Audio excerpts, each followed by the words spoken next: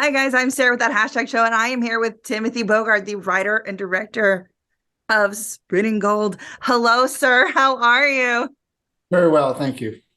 Now, I know this film is very near and dear to your heart, and it has been a passion project for a very long time. I Yes. remember hearing about it back when Justin Timberlake was still attached and things like that.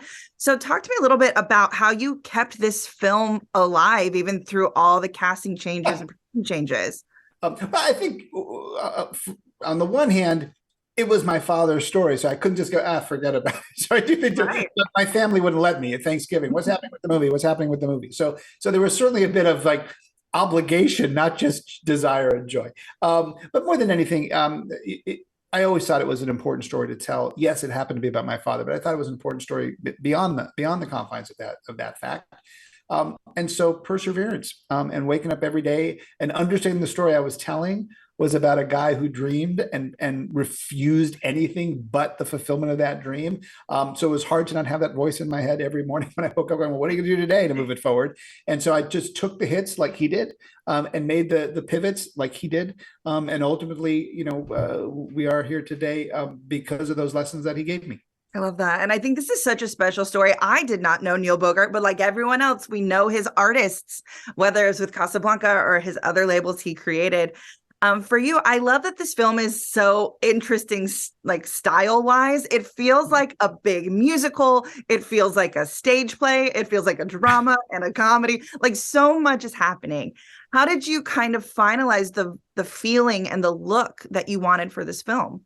I thought from the very beginning that the best way to tell this story was as if he was telling it, as if he was the director, as he was the cinematographer, as if he was all the things. And therefore, when something was exciting, it was the most exciting it was ever. If it was dark, it was the darkest it was ever was. If it was loud, it was the loudest thing. So we played in extremes because I think that's how he would have remembered it. And certainly, if he was trying to tell his story, he'd want us to be focused on the extreme version of each one of those things. Once we embrace that, it really did create that kind of eclectic look for the film where we were able to really lean into those extremes. Yeah, that's a perfect way to describe it because that's how I felt when I left. I was like, what did I just see? It was such an interesting story told in the most interesting way. And I had to like process it.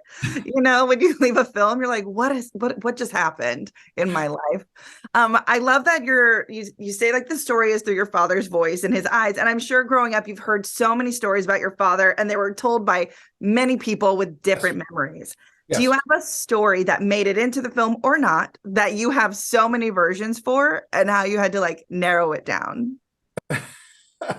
um, yeah, there are so many of those that have different versions, although they all tend to be anchored by the same truth. And by that, I mean, I always sort of described it as if you were in Studio 54 and you were in one corner, you would have seen a very different dance floor and a different night than if you were on the other corner. Now, the nights still happen, the events on the dance floor still happen, but where you saw it from, the vantage point changed it for sure.